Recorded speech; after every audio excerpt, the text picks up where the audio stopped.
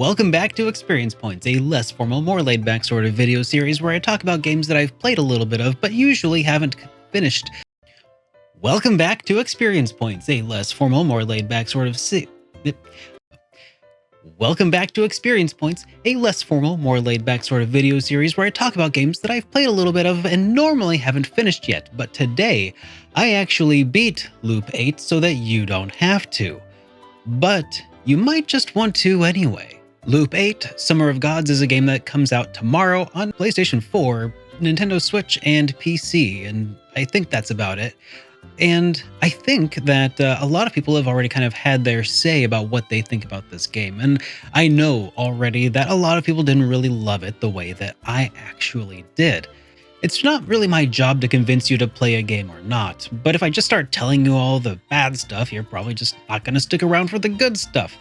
But I did beat the game, and not just because I had to or anything, but because I actually really enjoyed it.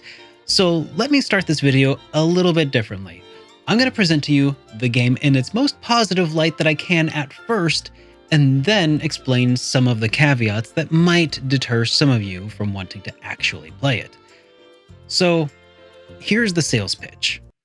Loop 8 is an innovative, highly stylized Japanese-style RPG that is wildly surreal and has a captivating storyline that pulls you in the further the more you play it. If you were a fan of the melancholy of Haruhi Suzumiya and powered through the Endless 8 and found the concept extremely intriguing, though maybe didn't enjoy the experience of watching them all, but found its overall concept extremely intriguing, or just wondered what ReZero would play like in an RPG format set in a more modern sort of era in a rural Japanese setting, or if you really just wanted RPG combat in your Higurashi when they cry, then this is definitely the game that you should pick up. It's about a 25-hour main story for a first playthrough, but from what I've gleaned, it has a large amount of replayability and a plethora of different endings and epilogues to unlock, as well as, kind of ironically, a new game plus mode. I feel like a game like this kind of is obliged to have one of those. The game itself is very story-focused, and while the combat itself is not a huge focus of the game, it is competent, challenging, and balanced. The game plays around with the JRPG format that we've all come to take for granted and brings some new things to the table that won't be for everybody. It's not going to be everybody's cup of tea. In fact, I think the majority of RPG fans would balk at a lot of the conventions. However, I think that there are a few people out there who will absolutely fall in love with everything that Loop 8 has to offer.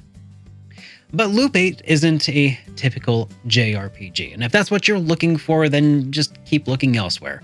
But if you've been playing JRPGs for a while and are looking for something different, then this is one of the few RPGs in recent years that I think really plays with the formula. First, let's talk about some of the really obvious stuff. It's got some very serious dating sim vibes, and not quite in like the Persona style either. If you thought that the 50-50 blend of Persona's combat to story ratio was just too wordy for you, this game will not be for you. The game is actually, I would hesitate to say it, but I think that it's got about a 95% story to 5% combat. The combat consists entirely, well, not entirely, mostly of boss fights. So how does one grind? Well, that's actually where the dating sim mechanics come into play. To talk about that, I have to talk about the looping mechanic of Loop 8. With a name like Loop 8 and the infinity theme that it has going on, obviously, this is a game that's going to consist of time loops and stuff. And I think that that is inherently going to be something that is going to push some people away. So this game has a time loop that takes place over the course of August within the game. And this game has, at first, just a few days until the world ends because there are these kegai, these basically dead gods that are trying to, change the power dynamics of the world, right? They're trying to take over and they're destroying humanity, and this town is one of the last few remaining towns in humanity at this point. That's my understanding of this world at this point. The protagonist of the world of the game kind of was sent down from the International Space Station. He was born in space and he's made his way down to Earth, and he's just kind of been relegated to this backwoods place that nobody thinks is really all that special. This whole game has such a weird and very surreal sort of setting that I think you just kind of gotta play it to really understand it. I kind of like the setting of the game. So when the world ends, and it will, you start over from the beginning. Now that sounds really frustrating. It's kind of like Majora's Mask, where you have a few days, but you can push the deadline back by doing well in the game. Eventually, when you complete the game, you finish the month of August and time continues on, right? So that's the idea, is that you're trying to break the time loop by preventing the end of the world or your own character's demise to these Kegai. So how does one become better at the dating sim mechanics throughout this game? How does that work? What's the grind like here? So essentially, when you interact with characters, you have a few different dialogue choices that kind of give you things to do. They're not dialogue choices in the sense of here's what you say, but here you could be friendly, you could compliment them. As your friendship level increases, you gain access to new and more expensive discussion options, and using those have greater risks and greater rewards if you fail the check, or if you roll the dice and they decide that they like you and maybe they'll go on a date with you, that sort of thing. And it's just one of these things where you build up that over time. Now, as you complete and as you talk to these people, various blessings will be bestowed upon your protagonist in the form of relationship boosts with these characters, or stat increases for your characters, or for various other characters who might accompany you during combat, for instance. Now, these are really interesting to me because they do not reset when the loop happens, because the gods of this realm exist outside of the loop. So even though the characters within the game don't recall what happened, the things that happened still occurred. You're not actually losing all of your progress when you loop the game. You retain these various blessings, so the next time that you talk to these characters, they're more friendly and open and, more receptive to your advances, I suppose you could say, as you make your way through the game.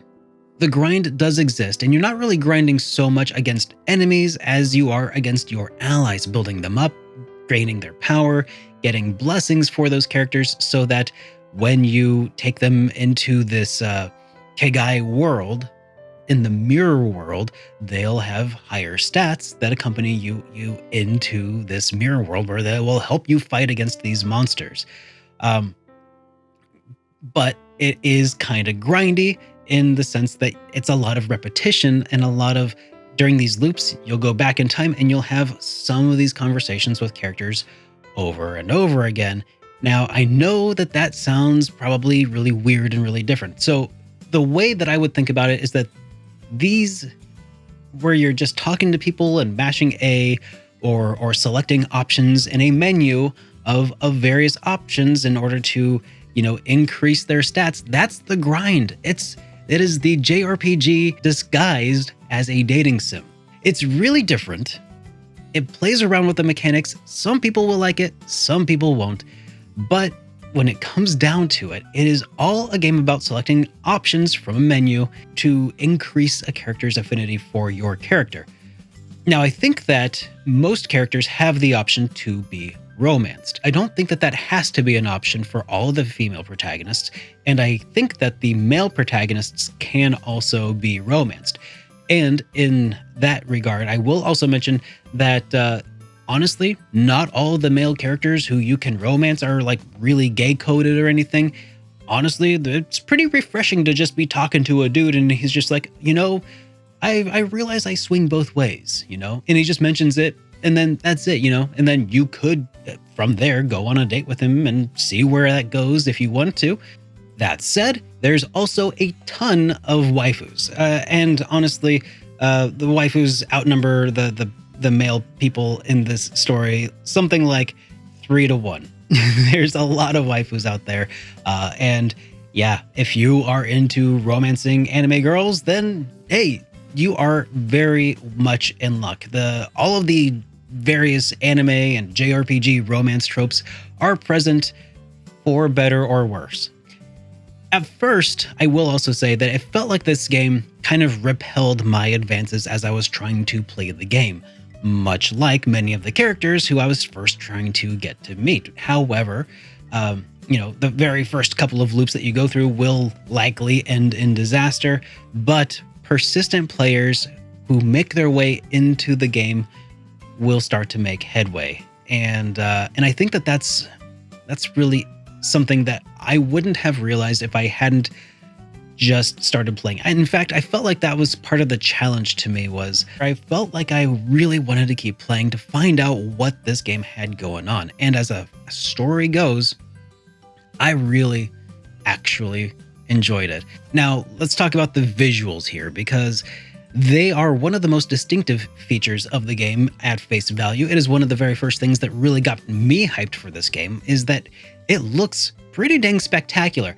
Now, the first 20 FPS or 10 FPS, if you will, I'm not even sure what the aesthetic is that they're going for.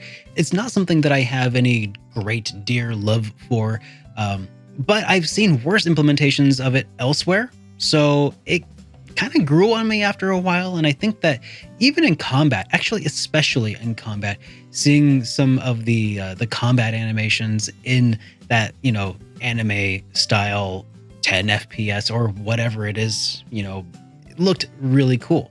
Also, despite the fact that this was a PS4 game, I played it on PS5.